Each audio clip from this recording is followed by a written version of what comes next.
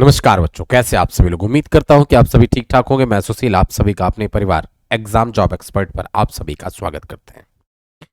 आज की जो क्लास होने वाली है वो टेंस की क्लास है और टेंस क्लास नंबर कौन सी होनी चाहिए, फोर्थ नंबर या हाँ फोर्थ नंबर की होनी चाहिए टेंस की क्लास।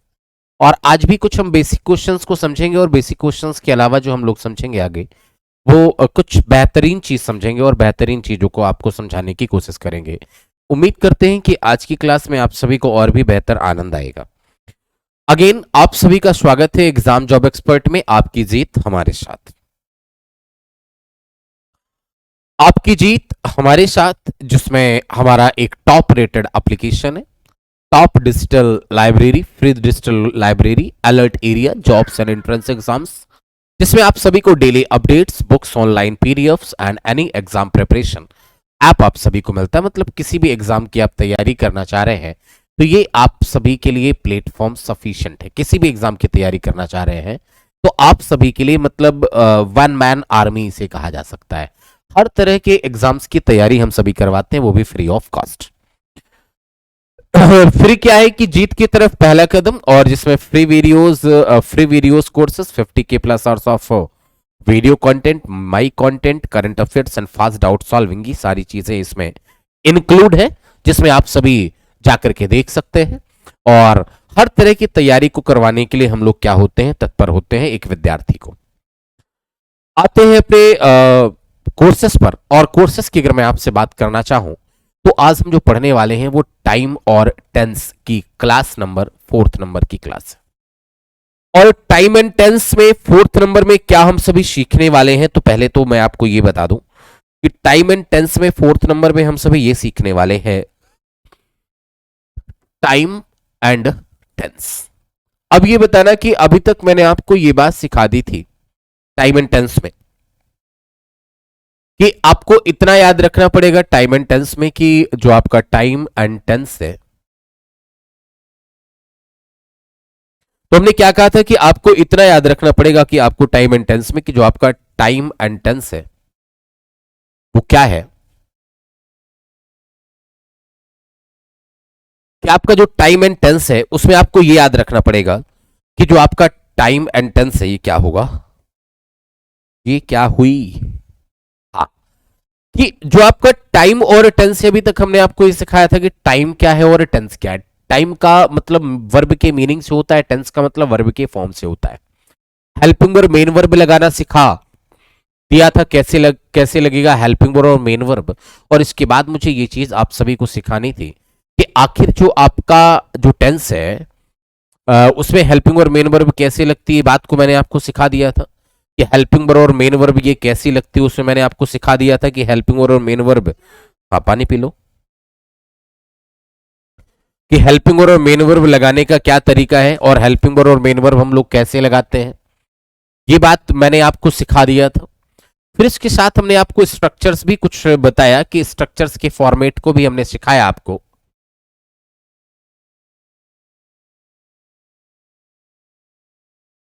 और फिर जब मैंने आपको स्ट्रक्चर के फॉर्मेट को बताया, तो स्ट्रक्चर के फॉर्मेट को बताने के बाद मुझे आप सभी को ये चीज सिखाना है कि जो आपका टाइम है और जो टेंस है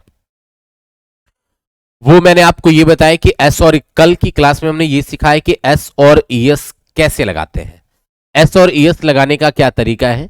इसके साथ सिंस और फॉर कैसे लगाते हैं, सिंस और फॉर लगाने का क्या तरीका है, सिंस और फॉर हम सभी कैसे लगाते हैं, ये भी हमने आपको सिखाया कि सिंस और फॉर लगाने का क्या तरीका है। सिंस और फॉर हम लोग आखिर कैसे लगाते हैं, क्या तरीका है सिंस और फॉर लगाने का। अब ये बताना कि अगर इतनी बात हम सभी ने सीख ली है तो अब इसके बाद आगे स्टार्ट करते हैं। देखो, अगर इसके बाद इतनी बातें हम लोगों ने सीख ली तो इसके बाद आगे स्टार्ट करते हैं। और आगे मैं आपको क्या सिखाने वाला हूं, सुनो। आगे मैं आपको यह सिखाने वाला हूं कि आप इतना समझना कि जो टाइम है वो एक क्या है, तो आप कहना कि टाइम जो होता है ना वो अब्सोल्यूट होता है, और जो टेंस होता है वो रिलेटिव होता है। टाइम अब्सोल्यूट होता है और टेंस क्या होता है, आपका रिलेटिव होता है। अब एक बात बताना कि टाइम क्या होगा, अब्सोल्यूट होगा, और टेंस क्या होगा, आपका रिलेटिव होगा। तो आप कहना कि टेंस क्या है, रिलेटिव है, लेकिन टाइम क्या होता है अपना, अब्सोल्यूट होता है। अब इसका मतलब आखिर है क्या, तो मैं आपको समझा देना चाह रहा हूं कि सुनो, अगर मैं टाइम एक्सप्रेशन की बात करूं तो टाइम एक्सप्रेशन देखो दो टाइप से। टाइम एक्सप्रेशन क्या, दो टाइप से, कि एक तो होता है टाइम एक्सप्रेशन दो टाइप से, एक तो होता है क्या कि टाइम एक्सप्रेशन दो टाइप से, एक तो होगा क्या कि टाइम एक्सप्रेशन में एक होगा क्या पॉइंट और एक होगा क्या ड्यूरेशन। ये ड्यूरेशन ही पीरियड के नाम से जाना जाता है। अब टाइम और पॉइंट और ड्यूरेशन के बारे में, अच्छा इसी ड्यूरेशन को ही हम क्या कहते हैं, पीरियड कहते हैं। यही ड्यूरेशन क्या कहा जाता है आपका, पीरियड कह लिया जाता है। अब कह देना कि देखो टाइम एक्सप्रेशन आपके दो टाइप से, एक होगा पॉइंट और एक होगा क्या आपका ड्यूरेशन होगा। अगर मैं आपसे पॉइंट की बात करना चाहूं तो पॉइंट कहने का मतलब तो ये हो गया कि अगर मैं आपसे पॉइंट कहने की बात कहना चाहूं तो पॉइंट कहने का तो मतलब ये हो गया कि जैसे 5 PM, तो ये 5 PM पॉइंट हो गया, बता चुका हूं मैं आपको इसके बारे में। और ड्यूरेशन की अगर हम बात करें तो ड्यूरेशन मतलब जिसमें एक ड्यूरेशन हो, मतलब क्या कहना, 5 आवर्स, ये क्या हो गया अपना एक ड्यूरेशन हो गया। तो 5 PM क्या हो गया, एक पॉइंट हो गया, और 5 आवर्स क्या हो गया, एक आपका ड्यूरेशन हो गया। वहीं पर अगर हम आपसे टाइम रेफरेंस की बात करें, किसकी बात करें, वहीं पर अगर हम आपसे किसकी टाइम रेफरेंस की बात करें तो टाइम रेफरेंस अभी के लिए बड़ा इंपॉर्टेंट है कि टाइम रेफरेंस मतलब ये है कि आपको इसे कब से रिलेट करते हो और कब इसे कहना चाह रहे हैं। रिलेट एंड रिपोर्ट, इसी को आप ऐसा भी कह सकते हैं कि रिलेट मतलब ये कोई भी एक्शन परफॉर्म कब हुआ, टाइम ऑफ एक्शन, कोई भी एक्शन परफॉर्म कब कब हुआ।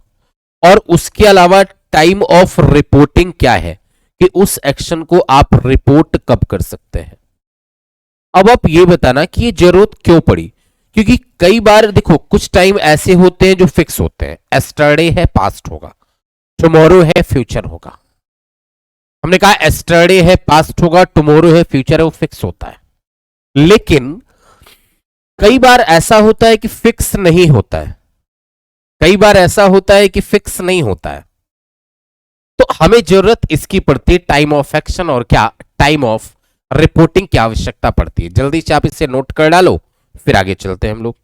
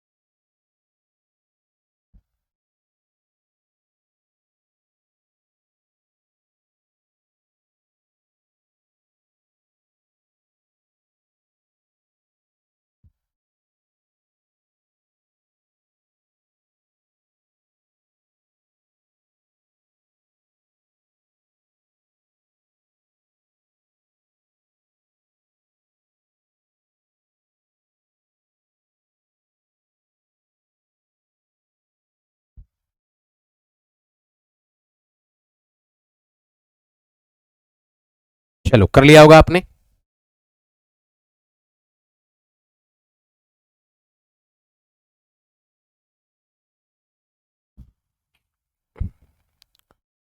अगर आपने इस बात को कर लिया है तो अब देखते हैं क्वेश्चंस, आखिर कैसे कैसे सवाल है इसमें। तो एक बात समझो आप सभी कि इसमें आखिर जो क्वेश्चंस वो आपके किस किस टाइप से क्वेश्चंस बनते हैं। तो जैसे अगर मैंने आपको ये कह दिया कि पहला सवाल कि he dash a movie yesterday, तो हमने कह दिया कि देखो कई बार ऐसा होता है कि टाइम जो होता है ना वो फिक्स होता है कि टाइम वो पास्ट का ही है। अब जैसे देखो इसी में देख लो, और गिवन ऑप्शन हमने कर दिया कि वॉचेस कर दिया, फिर वॉच्ड कर दिया, और इसी के लिए हमने विल वॉच कर दिया।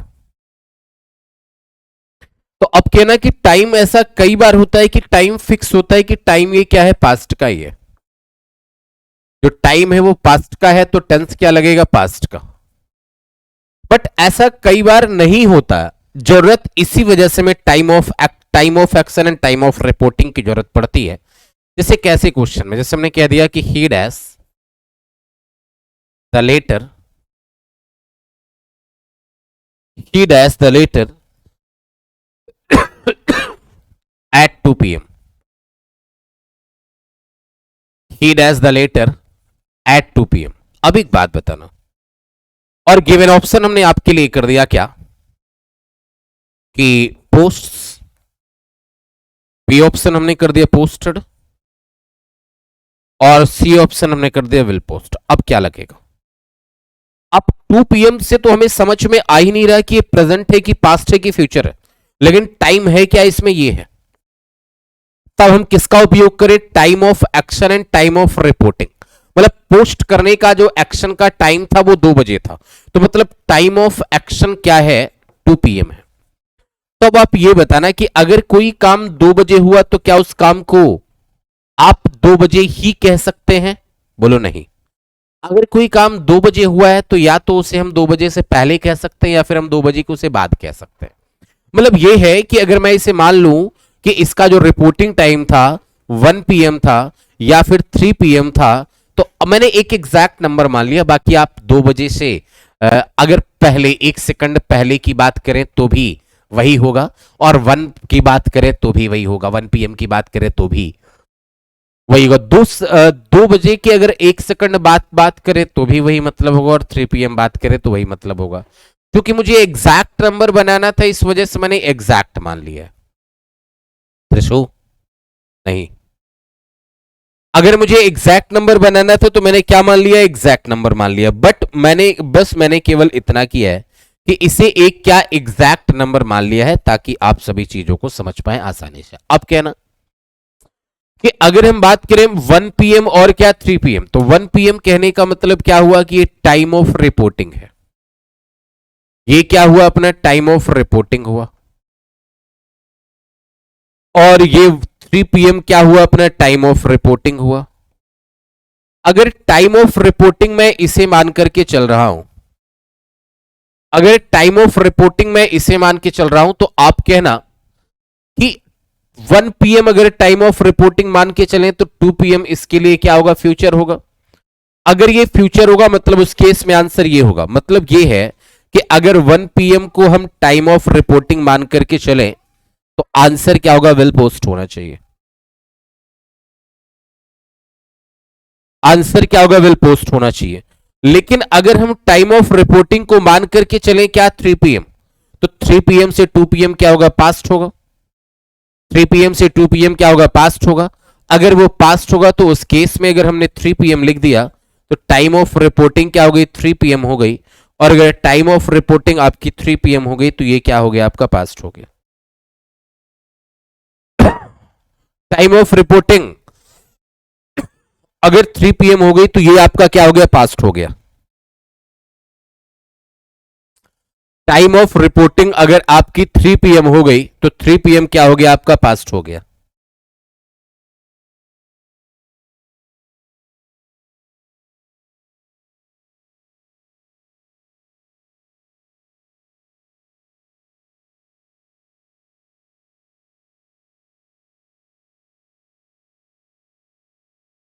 चलो कर लिया आप सभी ने इसे।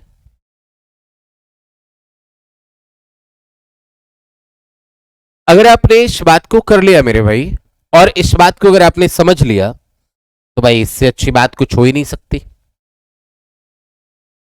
चलो अब कुछ क्वेश्चंस और मैं आपके लिए लिखता हूं, जैसे तीसरा 3 नंबर का सवाल, और मैंने इस सवाल को इस टाइप से लिखा कि you are were will be very shy in childhood. एक दूसरा सवाल लिखा 4th नंबर का कि you are were will be very shy in youth. फिर एक अगला सवाल लिखा हमने कि you are were will be very shy in old age. तब आप कहना कि क्या कहना है, सुनना कि you are were will be very shy in childhood, you are were will be very shy in youth, you are were will be very shy in old age. तो अब एक बात कहना आप सभी इसमें कि आंसर क्या लगेगा। तो आप कहना कि गुरुजी सबसे पहले तो ऐसा करो ना कि एक मैंने बना लिया टाइमलाइन। हर मनुष्य की 3 स्टेज होती है, तो पहले क्या आएगा, चाइल्डहुड आएगा, चाइल्डहुड के बाद क्या आएगा, यूथ आएगा,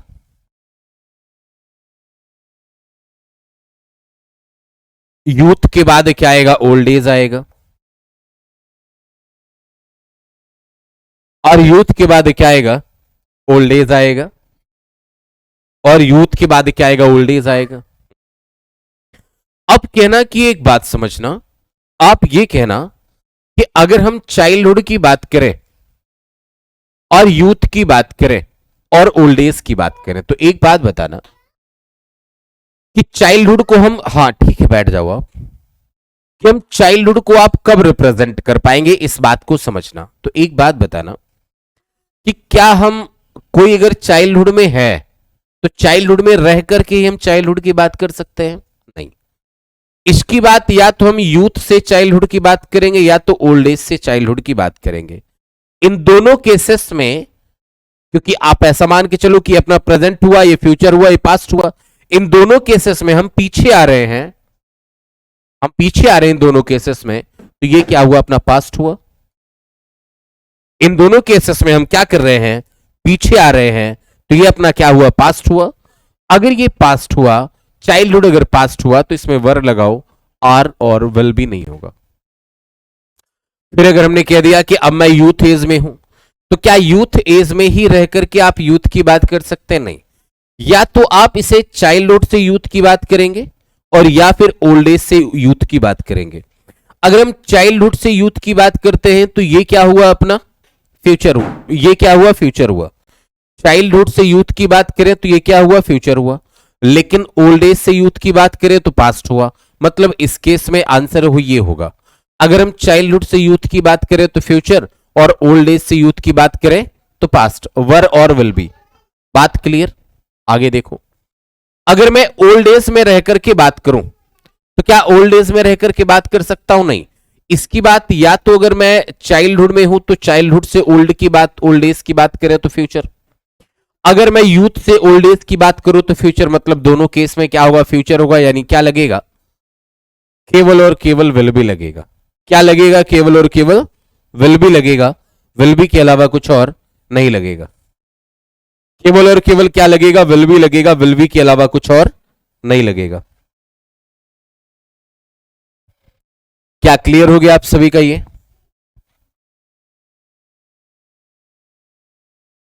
अगर आपको ये बात समझ में आ गई मेरे भाई, तो एक सेंटेंस और देखो। एक सेंटेंस मैंने ये लिखा कि ही डैश देयर इन 2023, और आपके पास गिवन ऑप्शंस हैं, गोस, सेकंड ऑप्शन है वेंट, थर्ड ऑप्शन है वेल्गो, थर्ड ऑप्शन है क्या वेल्गो।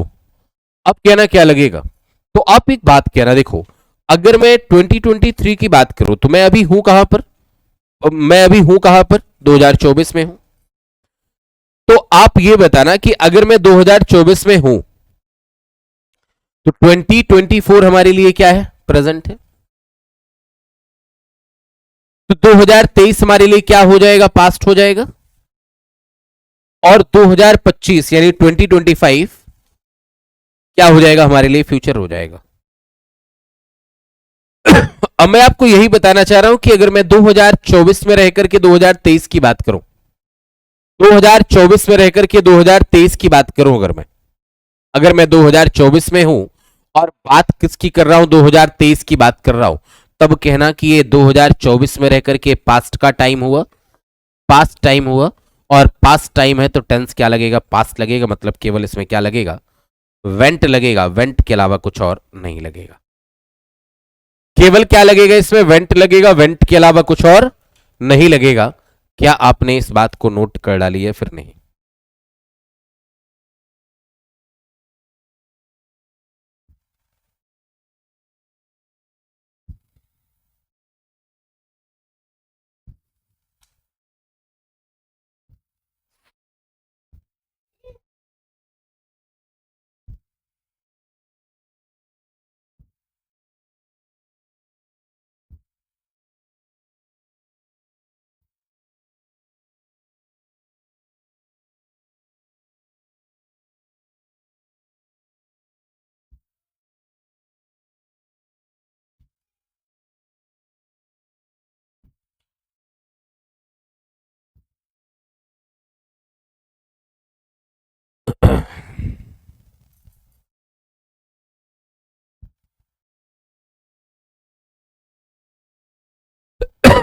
चलो कर लिया आपने इस बात को।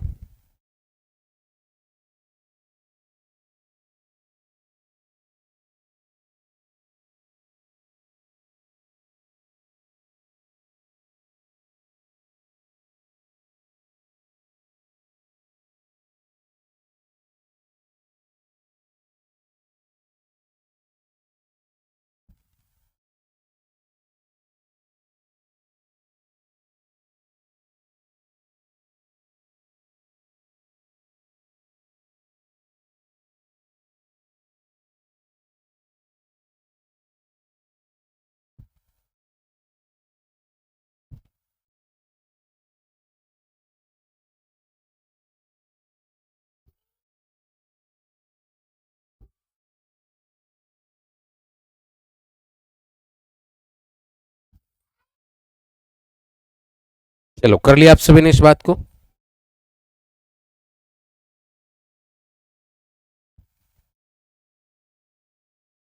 अगर आपने इस बात को कर डाला तो भाई अब मैं इसमें कुछ फैक्ट आप सभी को लिखा दूं, कुछ क्या है इसमें फैक्ट है, उन फैक्ट को मैं आपको बता दूं तो मेरा काम कंप्लीट।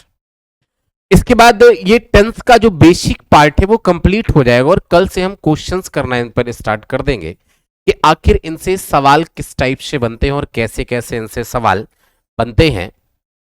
ये बात हम लोग कल से करना स्टार्ट कर देंगे। तो अब कहना कि आप सभी सुनो मेरी बात को कि इसमें कुछ फैक्ट्स हैं। पहला फैक्ट ये है कि टाइम डिसाइड्स द टेंस, मतलब टाइम ही किसी टेंस को डिसाइड करने का काम करता है। वैसे हमने आपको बताया कि टाइम क्या होता है आपका, अब्सोल्यूट और टेंस रिलेटिव होता है। जैसे कैसे एक सवाल लिख दे रहा हूं मैं आप सभी के लिए कि कैसे आखिर कोई टाइम किसी टेंस को डिसाइड करने का काम करता है। तो जैसे एक सवाल हमने लिख दिया कि he went there yesterday, he went there yesterday. अब आपने क्या लिखा कि ये जो टाइम है वो टाइम है कहां का, पास्ट का है। तो इसके साथ हमने टेंस भी कहां का लगा लिया, पास्ट का लगा लिया। बट एक बात बताना कि time and tense are not always consistent. Time and tense are not always consistent, मतलब टाइम और टेंस ऑलवेज कंसिस्टेंट नहीं होते हैं। आप क्या लिखना कि time and tense are not always consistent, मतलब टाइम और टेंस ऑलवेज क्या होते हैं, कंसिस्टेंट नहीं होते हैं। इस बात को भी आपको याद रखना है।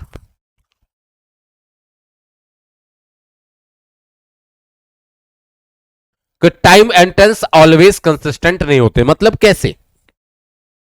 तो एक सवाल लिखा जैसे हमने कि ऐसा नहीं कि अगर टाइम टाइम फ्यूचर का है तो टेंस भी ऑलवेज फ्यूचर का होगा, ठीक है ना। जैसे एक सवाल मैंने लिखा आप सभी के लिए, क्या कि time and tense are not always consistent, कि टाइम और टेंस ऑलवेज कंसिस्टेंट नहीं होते, ठीक है ना। अब जैसे एक सवाल लिखा,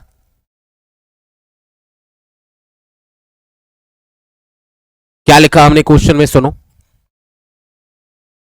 time and tense are not always consistent. एक सवाल सुनो मेरा कि हमने लिख दिया कि he will go there tomorrow. अब कहना कि देखो जो टुमारो है ना, वो टुमारो फ्यूचर को बता ही रहा है, मतलब जो टुमारो है वो आपका वो फ्यूचर टाइम है ही। टाइम कहां का है, फ्यूचर है। अगर ये टाइम फ्यूचर है ही तो आप कह देंगे कि भाई टेंस भी यहां पर क्या है, फ्यूचर है, मतलब यहां पर ये कंसिस्टेंट है। बट एक क्वेश्चन मैंने और भी लिख दिया आपके लिए कि आई शैल हेल्प हिम, मैं उसकी मदद करूंगा, इफ ही मीट्स मी, यदि वो मेरे से, if he meets me tomorrow, यदि वो मेरे से कल मिलेगा, if he meets me tomorrow. तो मैंने कहा कि मैं उसकी मदद करूंगा यदि वो कल मेरे से मिलेगा। I shall help him if he meets me tomorrow, मैं उसकी मदद करूंगा यदि वो मेरे से कल मिलेगा, if he meets me tomorrow. तो आप कहना कि देखो टुमारो क्या है, एक टाइम है, और टाइम है कहां का, ये फ्यूचर का टाइम है। बट इसके साथ जो टेंस लगाया हमने, वो टेंस कहां का लगाया हमने, प्रेजेंट का लगाया। तो हमने कह दिया कि टाइम फ्यूचर का है और टेंस हमने कहां का लगा लिया, प्रेजेंट का लगा लिया। हमने क्या लिखा कि टाइम फ्यूचर का है और टेंस हमने कहां का लगा लिया, प्रेजेंट का लगा लिया। तो इस तरीके से आप कहो कि ये बात क्या हो गई, सही हो गई, कि मतलब टाइम और टेंस ऑलवेज कंसिस्टेंट नहीं होते। लेकिन एक बात आपको याद रखनी है कि ये चीज ऑलवेज कंसिस्टेंट होता है कब, जब हम बात करें पास्ट की। टाइम और टेंस ऑलवेज कंसिस्टेंट होते हैं किसके साथ, पास्ट के साथ। तो आप कहना कि टाइम और टेंस ऑलवेज पास्ट के साथ क्या होते हैं, कंसिस्टेंट होते हैं। पास्ट के साथ क्या होते हैं, कंसिस्टेंट होते हैं। एक अगली बात मैं आपको बताना चाहूंगा, थर्ड नंबर क्या है कि जो टाइम होते हैं ना, वो टाइम अपने क्या होते हैं, एक एब्सोल्यूट होते हैं। लेकिन टेंस क्या होता है आपका, एक रिलेटिव होता है। तो आप ऐसा लिख सकते हैं कि present, past and future tense are relative not absolute, are relative, ये क्या होते हैं, रिलेटिव होते हैं, नॉट absolute। आप कहना कि ये क्या होते हैं, अपने रिलेटिव होते हैं, absolute नहीं होते हैं। ये क्या होते हैं, अपने रिलेटिव होते हैं, ये absolute नहीं होते। और एक अगली बात और भी लिख लो कि सब्जेक्ट डिसाइड्स द वर्ब, ये सभी को पता होगा वैसे कि सब्जेक्ट ही किसी वर्ब को डिसाइड करने का काम करता है, कि सब्जेक्ट डिसाइड्स द वर्ब, कि सब्जेक्ट ही किसी वर्ब को डिसाइड करने का काम करता है। फिर एक बात और, जैसे मैंने एक सवाल लिखा कि आई एम टीचिंग टेंस, मैं टेंस पढ़ा रहा हूं। तो वैसे मैं आपसे बात कर रहा हूं कॉन्टिन्यूअस टेंस की। तो आप कहना कि ये जो टेंस लिखा गया वो है कौन सा, प्रेजेंट कॉन्टिन्यूअस है। कुल मिला के मुझसे कॉन्टिन्यूअस का मतलब है, तो ये है क्या, प्रेजेंट कॉन्टिन्यूअस। आपको एक बात याद रखना है कि जो कॉन्टिन्यूअस टेंस होता है कोई भी, वो प्रेजेंट का हो, पास्ट का हो या फ्यूचर का हो। हमने कहा कॉन्टिन्यूअस कोई भी हो, वो प्रेजेंट का हो, पास्ट का हो या फ्यूचर का हो, वो only valid only for definite duration, मतलब ये कॉन्टिन्यूअस टेंस केवल डिफरेंट ड्यूरेशन के लिए ही वैलिड होते हैं, तो आप ऐसा लिख सकते हैं कि valid only for different duration,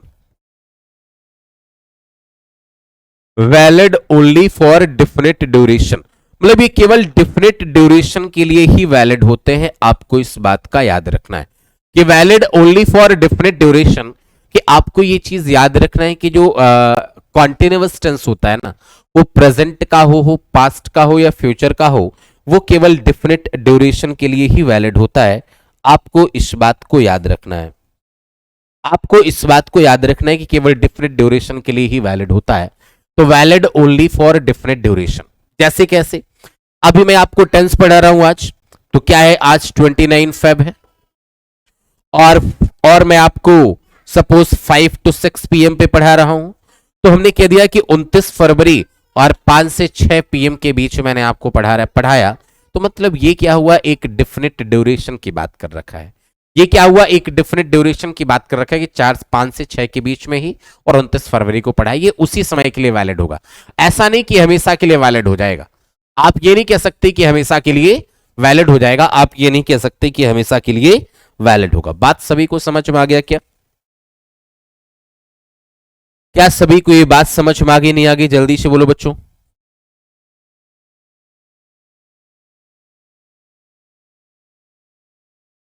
क्या सभी को ये बात समझ में आ गई, नहीं आ गई, जल्दी से बोलो। चलो, एक अगली बात और है कि कुछ एक्शंस होते हैं जो ऑलवेज प्रोसेस में ही होते हैं। अगर वो ऑलवेज प्रोसेस में है तो आप उसे प्रेजेंट इंडिफरेंट टेंस में बनाएं। किसमें? प्रेजेंट इंडिफरेंट टेंस में बनाएं। जैसे कहते हैं ना कि हम लोग, नदी बहती है तो द रिवर फ्लोज, नदी बहती है तो क्या लिखेंगे, द रिवर फ्लोज। फिर हमने कह दिया कि दूसरा, जैसे the sun shines all the time, the sun shines all the time, तो आप कहना कि भाई क्या बनेगा, प्रेजेंट इंडिफरेंट ही बनेगा। फिर एक और सी नंबर, जैसे हमने कह दिया कि the earth revolves round the sun, the earth revolves round the sun, हमने कहा जो अर्थ है ना वो पृथ्वी के चारों तरफ घूमता है, the earth revolves round the sun. तो आपने कह दिया कि अगर कभी हमें डिफरेंट ड्यूरेशन की बात की जाए तो भाई आपके, सॉरी, ऑलवेज प्रोसेस की बात की जाए तो हमेशा ये परमानेंट एक्शन होते हैं। और परमानेंट मतलब ये हुआ कि कोई भी फ्रेक्वेंट एक्शन, फ्रेक्वेंट एक्शन मतलब जो आज भी होगा, कल भी होगा, आगे आने वाले समय में भी होगा, या फिर फ्रेक्वेंट एक्शन हम सभी उसे, या फिर कोई रेगुलर एक्शन, जो एक्शन रेगुलर हो रहे हैं उसको भी आप किस में बनाएंगे, प्रेजेंट इंडेफिनिट टेंस में ही बनाएंगे। जो एक्शन रेगुलर हो रहे हैं उसको भी आप किस में बनाएंगे, प्रेजेंट इंडेफिनिट टेंस में बनाएंगे। आप इस बात का ध्यान रखें, ठीक है। तो ये हमने आपको बेसिक कंप्लीट कर दिया। कल से हम लोग एडवांस पार्ट पढ़ेंगे, और ये टाइम एंड टेंस अब्सोल्यूट होता है, रिलेटिव होता है टेंस, टाइम एक्सप्रेशन क्या है, टाइम रेफरेंस क्या है, समझ गए होंगे। जैसे कुछ टाइम फिक्स होते हैं कि पास्ट का है, प्रेजेंट का है, बट कुछ टाइम ऐसे होते हैं जो फिक्स नहीं होते। Time of action and time of reporting की जरूरत पड़ती है, जो कि हमने आपको ये चीज सिखाया। कुछ फैक्ट बताए आपको, इन फैक्ट को भी आप सभी को याद रखना है। और आज की क्लास में आप सभी को यहीं तक रखूंगा, आगे हम लोग फिर नेक्स्ट अपनी क्लास को कंटिन्यू करेंगे कल, ठीक है ना, मतलब नेक्स्ट वीडियो में। तो उम्मीद करते हैं कि आज की क्लास आप सभी को समझ में आ गई होगी। तो आज के लिए आपको इतनी ही क्लास रहेगी, और फिर अगेन हम सभी मिलते हैं नेक्स्ट वीडियो में। तब तक के लिए आप सभी को भैया राम राम, सभी को नमस्कार, सभी को आदाब, सभी को सत श्री अकाल, और मिलते हैं हम लोग फिर किसी नेक्स्ट क्लास में। Okay, bye bye.